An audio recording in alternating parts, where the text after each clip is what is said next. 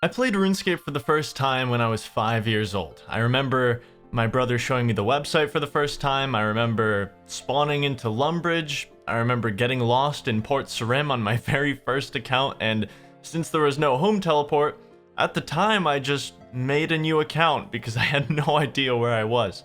I remember completing Dragon Slayer, my first set of rune armor, my first time getting membership, all of these super fond memories, and no matter how many times I had quit over the years, I always came back. In 2015, I made my Ultimate Iron Man. In 2016, I decided, hey, what if I made videos about this game mode? Barely anyone knows what it is. Maybe a few hundred people would enjoy it, and I could create a niche little community around it. In 2017, I hit 10,000 subscribers. In 2019, I hit 100,000 subscribers.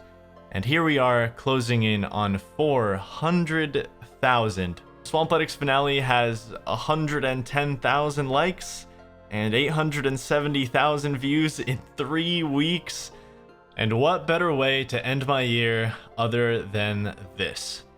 Of all the feelings I've had over the years from playing this game, this one just hits differently. 15 years after picking the game up for the first time, as just a little kid, I am now immortalized in RuneScape.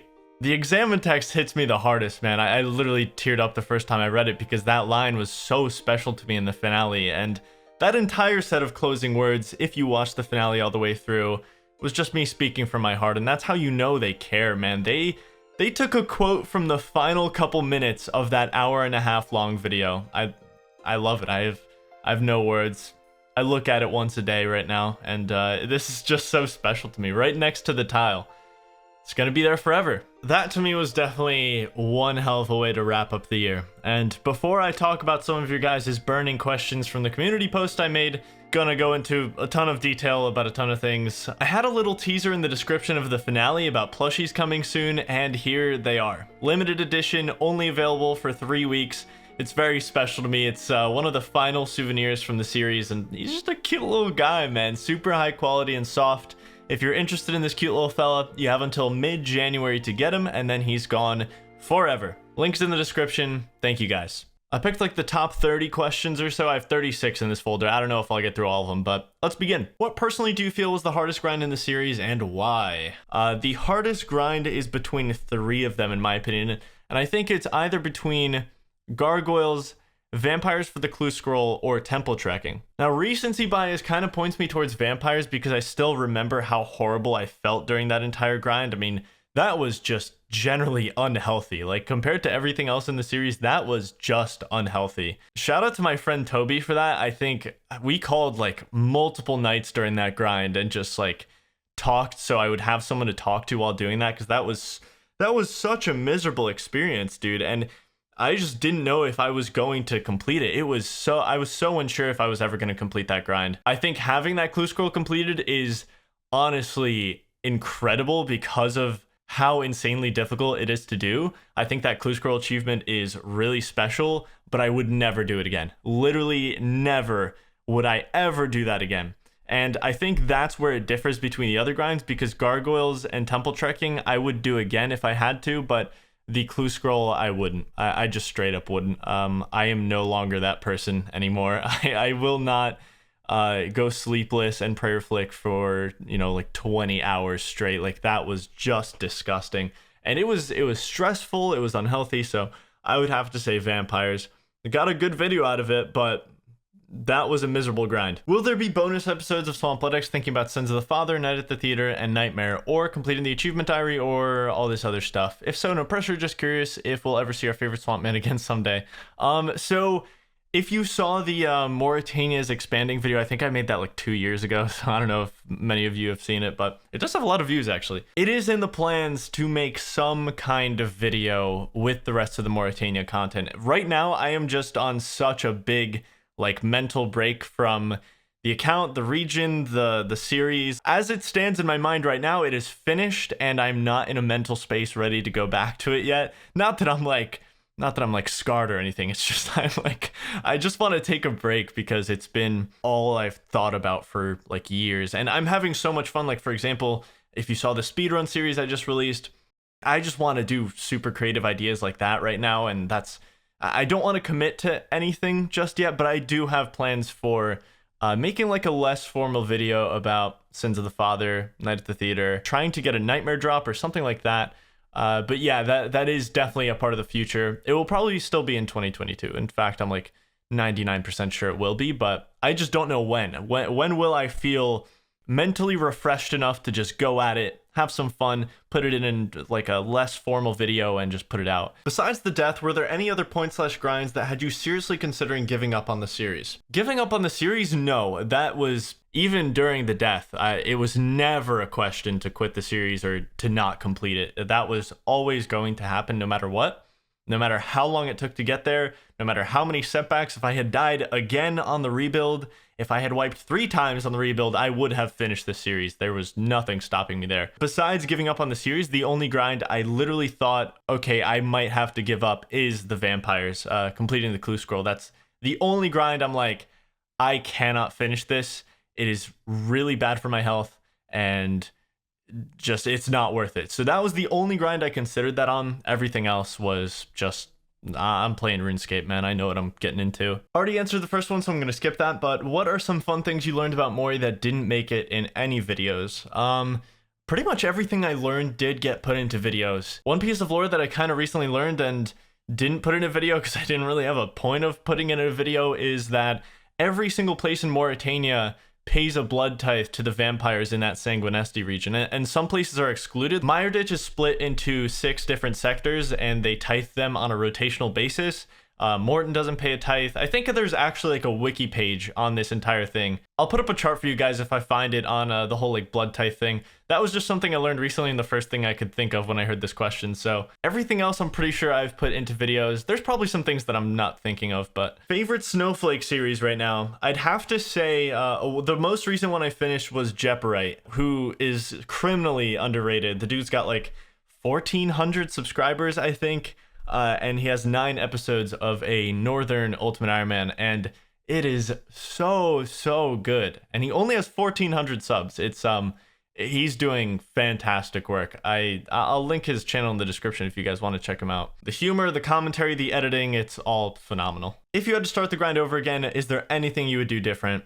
One thing, and I've talked about this on stream, I believe. I don't think I've mentioned it anywhere else, but I really don't like how I handled the quests in the region. For me, I had done those quests so many times, but in reality, once you do them once, they're done, and I kind of just breezed past the only quests in the region and didn't really spend too much time on them. Obviously, Taste of Hope was big just because of the boss fight, but I still feel like I could have expanded a lot on like some of the dialogue in the quests, like just really kind of immersed that, but I don't think I was really in a storyteller's mindset until probably like halfway through the series. I really wish I spent more time on those quests, but it's alright. What influenced your decision to ignore the Nightmare and Sepulchre in the finale? It was really simple, honestly. I have this big goal that a lot of this story has been revolving around, and suddenly I introduce another endgame goal. It just felt really weird, and obviously it only came through about 3/4 of the way into the series, so it just didn't feel right to include that. And like I said earlier in the video, I'm just going to be making kind of a less formal episode around those. It's not even going to be an episode, it's just going to be a video. I just really didn't want to overshadow anything, so that was the whole reason for it. If I ever saw you in public, like at a RuneFest, for example, are you fine with a fan asking for a picture? Would you rather be left alone? That's really sweet, dude. You were a great inspiration to a whole generation of UIM players. My pleasure, bro. And no, I went to RuneFest 2018 and 2019. There hasn't been one since, unfortunately. But no, you are more than welcome to ask for a picture or anything, man. I'm here for it. We've seen your storytelling skills improve during the series. Did you do things behind the scenes to accomplish this? If yes, what? And if I remember correctly, there was a point in time where you were debating if the edit/storytelling became too much. How do you reflect on this? As the series went on, probably around episode 7 or 8, I want to say, people were already like calling this like, this is gonna win the Golden Gnome, this is the best series of the year. Like, my channel had doubled in size at this point. Unreal growth, like just unimaginable growth. And being an extremely ambitious person, I also didn't feel like I had done anything too special yet.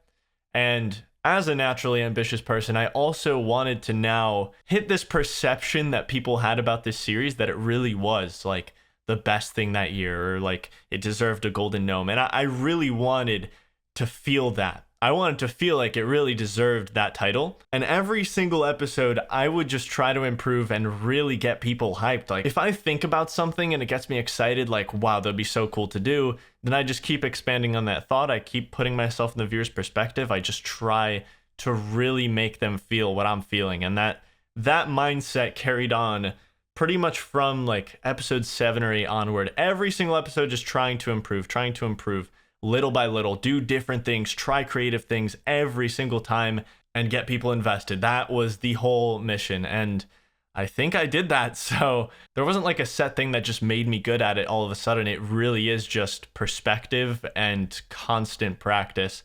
And obviously having a Goliath of a task trying to present seemingly very boring grinds throughout the entire series as something exciting. I really had no other choice but to adapt and survive there, because when you really look at it in perspective, none of these grinds are entertaining. Like, you really got to think about it. Who wants to watch someone kill gargoyles for 500 hours, right? Obviously, the condensed part of that is really entertaining because you get to see so much progress. You get to see someone put themselves through this for like 2 months, and then it's like, you know, in 10 minutes or 15 minutes or 20 minutes.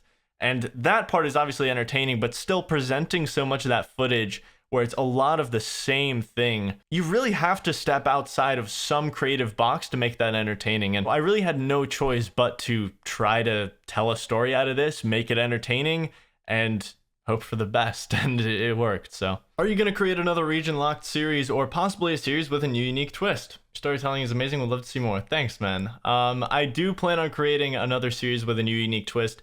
I just really want to continue experimenting with what I'm currently doing, like with the speedrun videos that I just recently put out. I really just want to take this first half of the year and just continue experimenting with ideas like that. I can't tell you how amazing it is to play the game for like a couple days and be able to make a few videos out of it. And there are so many just really clever, fun concepts that can be done in that format. And I can just keep experimenting with that and find out what people want to watch, find out the best formula to make those videos entertaining and the best presentation for those videos. And I really just want to do that for now. That's what I'm going to focus on, because it feels really good to not be locked into a multi-year series, as I said previously in the video. And I'm just going to enjoy that freedom for a while until I commit myself to something that I really, really want to do. As for the new series, when it does come out, it will be something really, really interesting. Talked about this in a previous video where I just want to kind of go weekly progress format with whatever my new series is. That way I can have a consistent stream of uploads and also not really stress if I don't get the goal in a video. Or there's still so much room to make videos quality with a weekly progress format, so that's what I'm probably going to be adopting. And I have a couple of ideas right now. It's just so difficult to find an idea that checks all my boxes. Like, being able to make those weekly progress videos and not have them be utterly boring where I'm just doing one grind for that entire week. There's just so many different things that I want from a new series, and it is really difficult to think of something that hasn't been done. I have 2 ideas that haven't been done right now. We'll see if they're doable. I'm going to ask for a lot of feedback from a lot of people so that when I do commit myself to a new series, I will be positive that this is what I want to do, this is what I want to commit to, and this is what will be the best for my audience. So that's about it. In your entire Swampletics series, which moments would you consider your favorites or that stand out to be very memorable? Top 5. I think I can do a top 5 for you. Number 1 would be final hit on Verzik, just finishing the challenge. I think by far the biggest relief for me. Number 2 would be finishing the rebuild. So getting the Guthan's helmet, getting the golden lock, and just knowing that I have every clip I need to make episode 32. Number 3, rune crossbow, no doubt. Very, very crazy moment because it's just such a rare item. Implings were so rare. Number 4 was the medium clue. A different feeling to the rest, because that was just like pure relief that I just don't have to do this anymore. Vampires were miserable, absolutely miserable. So I'm going to say number 4, getting the medium clue scroll casket. And number 5, I'm gonna say 85 Slayer, because Temple Trekking was probably the number 2 grind for me. Temple Trekking was like the first real test I had on the account. That was the first grind where it was like several hundred hours, while everything before it was like 10, 20, 30, maybe 40. I'd love to know more about the editing and production behind the scenes of the finale episode in particular. The most creative part of the series has always been your personal touch, not necessarily the wins for the character, but rather your own. So that would be amazing to learn more about. Yeah, absolutely. So when the finale started, I didn't start working on it until, I want to say, a month and a half probably after the movie. I just decided to take a big break because I knew that I was going from one big project to just straight into another one that's supposed to be even bigger. There were just so many places that my brain had to be at to complete this video, and the first thing I remember doing is, okay, like, I need to get the team on the same schedule. Who's available? Let's start a Discord. I rounded up a bunch of people that were able to do it and competent enough to do it. Eventually we got a date going. We went 4 days straight, finally completed the Theater of Blood after day 4. I think we ended up doing those 125 Theaters of Blood over the course of, I want to say, 50 or 60 days. So it was after completely finishing all the raids that I could really fully focus on the video and do nothing else. So I pretty much played no RuneScape for 4 months, which is insane to me. So after I got the last clip together, I reached out to everyone that I needed to make the video. 3D animators, Little Smokey. I can actually show you guys the conversation that Smokey and I had over Discord when we were first deciding what we want this montage to look like. I think it's a pretty cool insight into how all that worked and how we turned such a simple idea into just this absolute masterpiece. I still don't know how he's so insanely talented, but so after that I got licenses for every song that I knew I absolutely wanted to use for the video, and I just started to set everything out on a calendar. I needed to organize. I knew I had to do the prep before the Theater of Blood. I knew I had to explain every single room because I think about 96% of my audience have never done a Theater of Blood, so I knew that was absolutely something I had to do. There was gameplay, cinematics, outro, and credits, and that's like the very base way to put it, but it was really just trying to take everything one at a time. There is so much that I could go into detail on that it could take up probably like 45 minutes, so I'm not going to do that, but it was a monstrous video to create with all the organization that had to happen. Just all the different parts were so overwhelming, and trying to mush all these different parts into one coherent video where it all flows perfectly and explains everything well to the point of not being too over the top, but also being concise. And oh god, just talking about it, I'm just so glad it's done. Anyway, thank you for the comment. Was there a series that you thought of or even started that never worked out the way you wanted to? If so, do you have plans on trying it again or just moving on from it? There was one series that I was in the planning stages for that just kind of fell apart because there was so many moving parts to it, but it was inspired by Pokemon, and basically it was a concept of starting in one city and moving to another after you fought the city leader, inspired by Gym Leader. So just as like a rough example, to leave Lumbridge and move on to Varrock, I'd have to fight someone with like full mithril armor, mithril 2H, and like salmon as food, and I'd have to prepare for that fight only being in Lumbridge. And if I beat that person, then I move on to Varrock. So there was just way too many moving parts. I'd have to get people to play on the account that would be in like the full mithril and like fight me with it. If there's like some insane support for the idea, it just takes a lot of organization, a lot of planning, a lot of arbitrary balancing that I would just have to figure out. Like, what are my best things to use in that city or region, and how do I balance a fair fight around it to move on to the next one? So it honestly is a really cool idea, and you'd end up, I don't know where exactly, but it would just be kind of like taking on the Elite Four. It was very Pokemon inspired, but it's just, there's a lot of execution, a lot of planning, a lot of things that would have to go into that. I think I could do it, to be fair, but I don't know if I'll come back to it. Maybe someday in the future, who knows. What scene from the series are you most proud of from a cinematography perspective? I mean, I think the obvious answer here is the montage in the finale, and obviously that's all up to Smokey for his execution of the idea that we talked about for months, and he just knocked it out of the park. So I am incredibly proud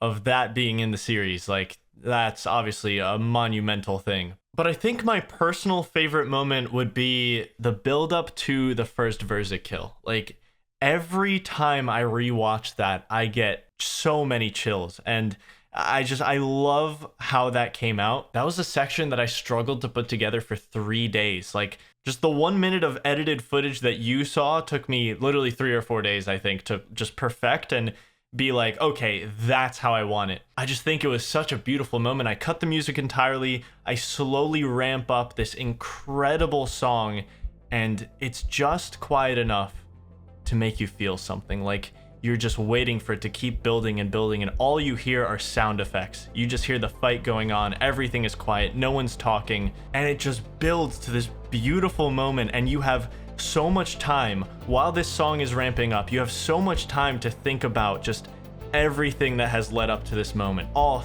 thousands of hours that have gone into this. Oh my god, he's about to do it. The song is ramping up. It's epic as hell. This kill is gonna happen. Finishing the kill, that moment was fucking phenomenal. I'm so happy with how that came out. What event gave you a more rewarding feeling, getting that first KC or releasing the final episode? This one is not even close for me. I have to describe to you guys what it was like those last 2 days editing that video. Big shout out to my man Tro. That man probably saved my life on those last 2 days. At this point, I had told everyone that the finale's coming out on December 9th. I put a strict date on it so I could finish it, and it was December 8th. And I still hadn't watched through the whole video. I still hadn't done the credits sequence. I still hadn't done my speech at the very end. I really needed someone else's perspective to watch this thing so I could actually see, like, am I uploading something garbage because I've just been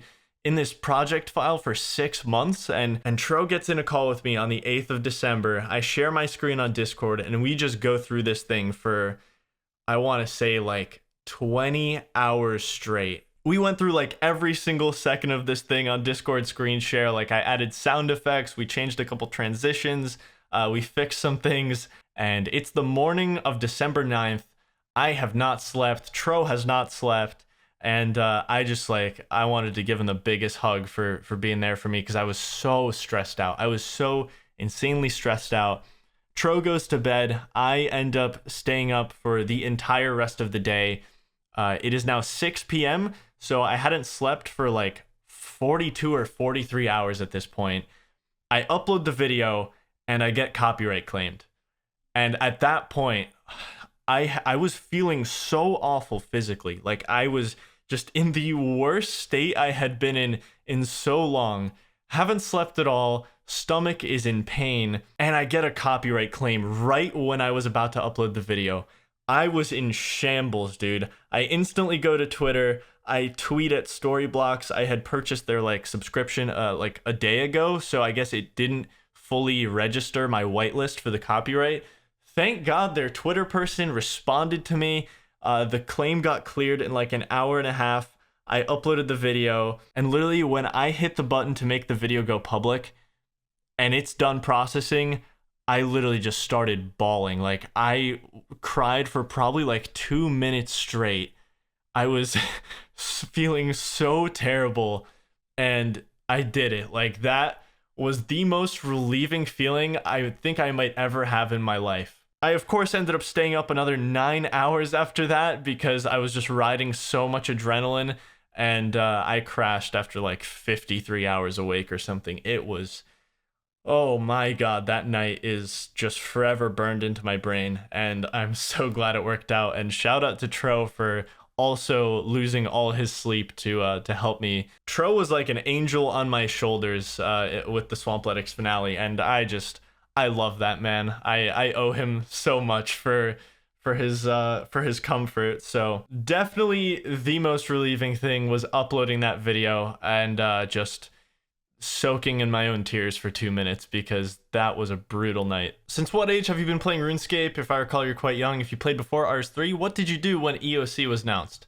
I started playing when I was 5. I'm currently 21. Just recently turned 21 in October of, well, I guess last year now. When EOC was announced, I told myself I'd pretty much only play until it was released, and I had no plans on playing during EOC. I believe I moved on to Minecraft until the 2007 Scape servers were in poll mode, and I voted on the poll. I wanted them to come back, and I came back day one of the old school servers. If you hadn't been able to quite pull off the TOB runs with your setup, if you needed just one more space for food, Would you have dropped the 15k melons as a last resort, or would you only consider it a victory if you won with the melons present to see the achievement?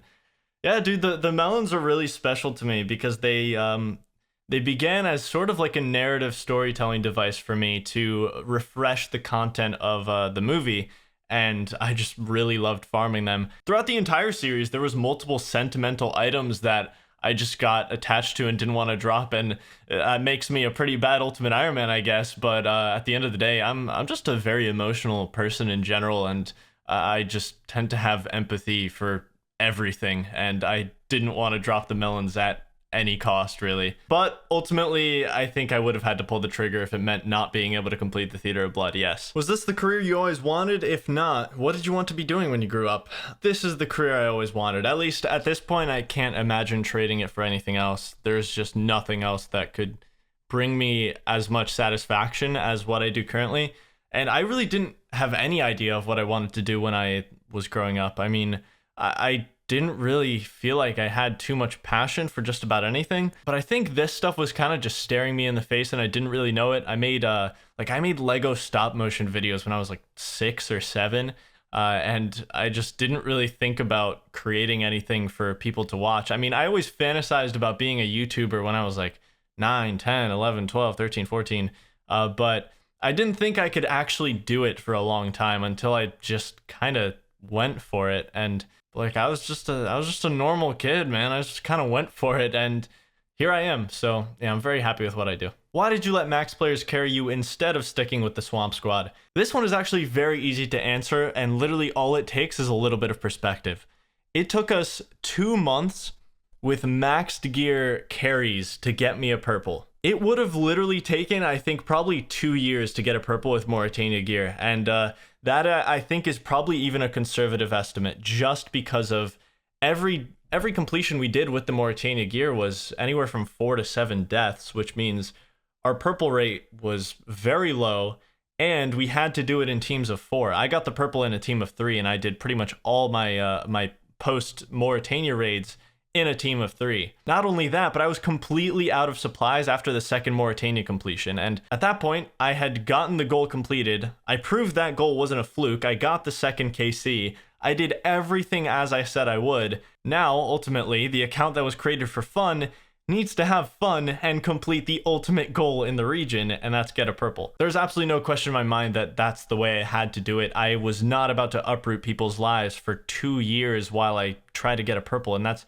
not even considering how much time it would take to hunt the implings for the prayer pots and the summer pies. I mean, it's just not viable at all. I think 2 years is honestly very conservative. It might have even taken 3 to get a purple in Mauritania gear. I mean, those supplies lasted me 2 runs, and yeah, we got better at the runs, but and just relying on those people for that long and taking that much of their time, that's just not up to me. I can't do that. So we all had a great time raiding, but the Mauritania raids are something entirely different. They were really, really draining for all of us. So it's just not something I could have asked. When will you be taking a professional job in film production? Never. Honestly, never. I can't think of any other platform that I could have that I could reach nearly 1 million people in 3 weeks with something I've created. I mean, this is it, man. This is my professional job at this point. I think the furthest I'd go is a dream of mine is to write a movie, but that's when I'm way older and I know a lot more. I still have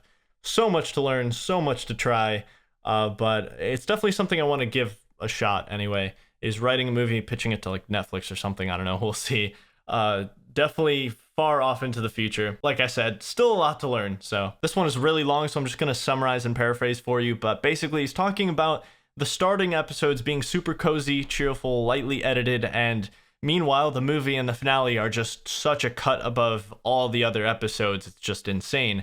And was it a conscious decision that I wanted to just make it the best thing I've ever created? And that is exactly my thought. I mean, throughout the entire series, as we went on episode after episode, I always had the thought of, I need to top what I just did in the last episode. The starting videos really are just like a kid entering a toy shop and just having absolutely no idea what he's really getting into. I wasn't ready to make any cinematic masterpieces or do anything. I just thought I was playing the game and one region and documenting my progress, but other people started to enjoy the series so much that I wanted to enhance their feeling even more and just really cement those feelings. So every single episode, I wanted to top the last episode, and it just kind of kept going. With 32 and 33, that was just far expanded because I think those circumstances were also just really different. I mean, I always wanted to make the finale really special and the best thing I've ever made, but with the movie and the finale